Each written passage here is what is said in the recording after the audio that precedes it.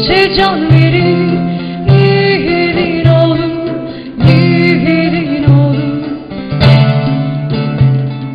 Başı duman duman, Munzur'a doğru tırmanmış gidiyor İbrahim yolda. Başı duman duman, Munzur'a doğru tırmanmış gidiyor İbrahim yolda.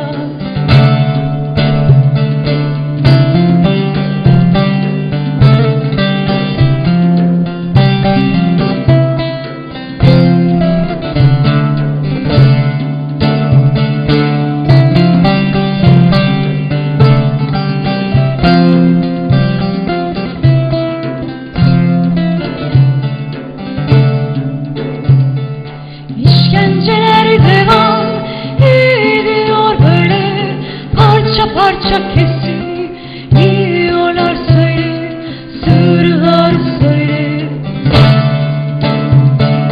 Sır vermeden seriyor seve seve, böyle can veriyor İbrahim yoldaş.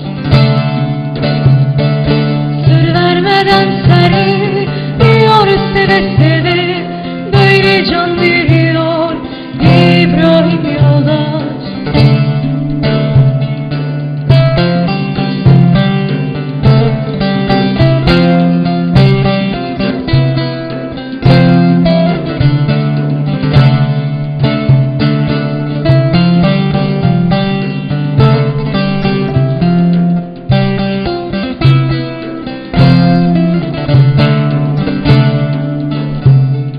Halkım alıyor seni her yerde, işçiler ocakta, köylüler dağda, köylüler dağda.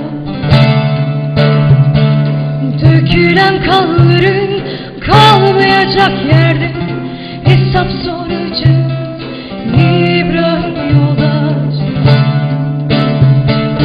Dökülen kanların kalmayacak yerde, hesap soracağız İbrahim yoldaş. Hocam çok teşekkür ederiz programımıza katıldığınız için.